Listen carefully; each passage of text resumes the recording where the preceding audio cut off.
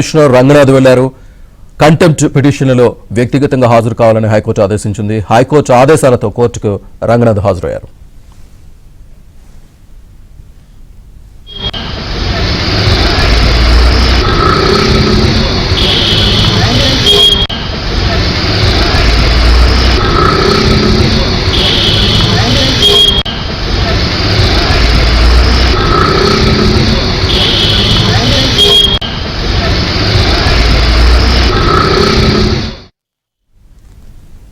తెలంగాణ హైకోర్టుకు హైడ్రా కమిషనర్ రంగనాథ్ హాజరయ్యారు. పూర్తి డీటెయిల్స్ మా క్రైమ్ కరెస్పాండెంట్ ప్రవీణ్ అందిస్తారు. ప్రవీణ్,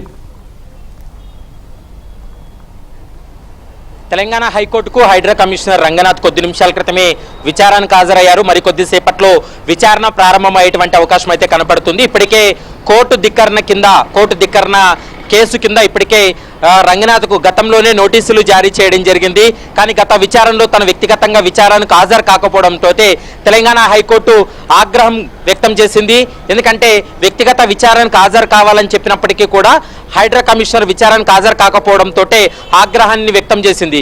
తదుపరి విచారణ అంటే ఈ రోజు విచారణకు హాజరు కాకపోతే నాన్ అవైలబుల్ వారెంట్ ఇష్యూ చేస్తామంటూ కూడా గత విచారణలో కూడా తెలంగాణ హైకోర్టు హెచ్చరించినటువంటి నేపథ్యంలో ప్రస్తుతం హైడ్రా కమిషనర్ రంగనాథ్ కూడా వ్యక్తిగతంగా విచారణకు హాజరైనటువంటి పరిస్థితి కనపడుతుంది. ముఖ్యంగా కోర్టు ధిక్కరణ కేసు ఎందుకు అతని పైన ఫైల్ అయిందనేటువంటి అంశాన్ని మనం గమనించినట్లయితే బతుకమ్మ కుంట పరిధిలో ఉన్నటువంటి ఒక ప్రైవేట్ ల్యాండ్ పైన హైడ్రా అక్కడికి వెళ్లి కూల్చివేతలు ప్రారంభించేటువంటి సమయంలో అక్కడ ఉన్నటువంటి ఒక వ్యక్తి సుధాకర్ రెడ్డి అనేటువంటి వ్యక్తి తెలంగాణ హైకోర్టులో ఒక పిటిషన్ దాఖలు చేశారు. తెలంగాణ హైకోర్టు ఆ పిటిషన్ విచారించిన తర్వాత యథాస్థితిలో ఉండాలి, చేర్పులు మార్పులు ఎలాంటివి చేయవద్దు అంటూ కూడా గతంలోనే హైడ్రాకు ఆదేశాలు ఇచ్చింది. అయినప్పటికీ కూడా కోర్టు ఉత్తర్వులు పట్టించుకోకుండా హైడ్రా ముందుకెళ్లింది.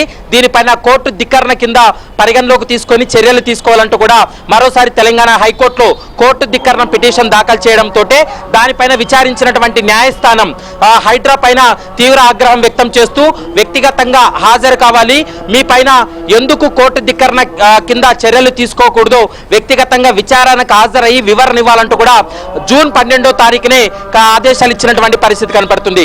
గత విచారణకు వ్యక్తిగతంగా హైడ్రా కమిషనర్ రంగనాథ్ హాజరు కాకపోవడంతో ఆగ్రహం వ్యక్తం చేసింది. దీంతో ఈ రోజు వ్యక్తిగతంగా విచారణకు హాజరయ్యారు. మరి కొద్దిసేపట్లోనే బతుకమ్మ కుంట వ్యవహారానికి సంబంధించి రంగనాథ్ నుండి వివరాలు కూడా రాబట్టేటువంటి అవకాశం అయితే కనపడుతుంది. మరోవైపు హైడ్రాకు సంబంధించి ఒక కీలకమైనటువంటి కామెంట్ చేయడం జరిగింది.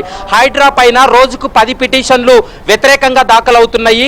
హైడ్రా ప్రజలను ఇబ్బంది పెట్టే విధంగా ఉండొద్దు, హైడ్రా ప్రజలకు మంచి చేసే విధంగా ముందుకెళ్లాలంటూ కూడా గత విచారణలో హైడ్రాను ఉద్దేశించి తెలంగాణ హైకోర్టు కామెంట్ చేసినటువంటి పరిస్థితి కనపడుతుంది.